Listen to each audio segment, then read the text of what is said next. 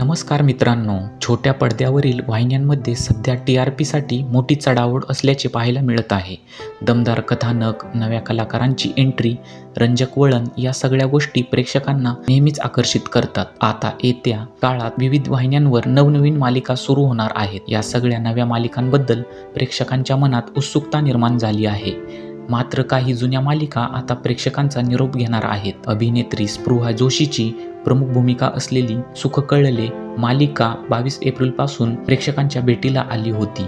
ही मालिका कलर्स मराठीवर प्रसारित करण्यात येते. मात्र आता लवकरच ही मालिका प्रेक्षकांचा निरोप घेणार असल्याचे समोर आले आहे. स्पृहा जोशीने सेटवरचे व्हिडिओ, फोटो व पोस्ट शेअर करत याबद्दल माहिती दिली आहे. अभिनेत्रीच्या कॅप्शनवरून मालिका लवकरच प्रेक्षकांचा निरोप घेणार असल्याचे स्पष्ट होत आहे.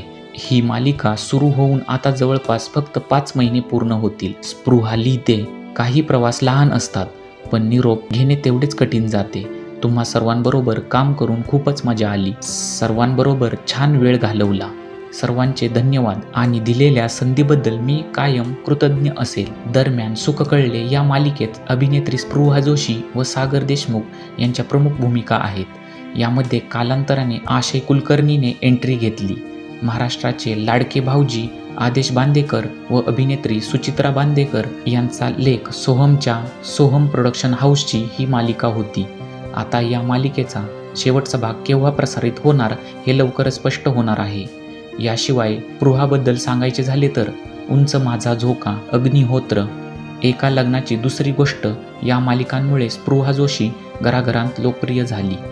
चित्रपट, नाटक, मालिका, वेबसिरीज अशा 4ही माध्यमांमध्ये तिने आपल्या अभिनयाचा ठसा उमटवला आहे. अभिनयाप्रमाणेच स्पृहा तिच्या कवितांमुळे देखील चर्चेत असते. धन्यवाद.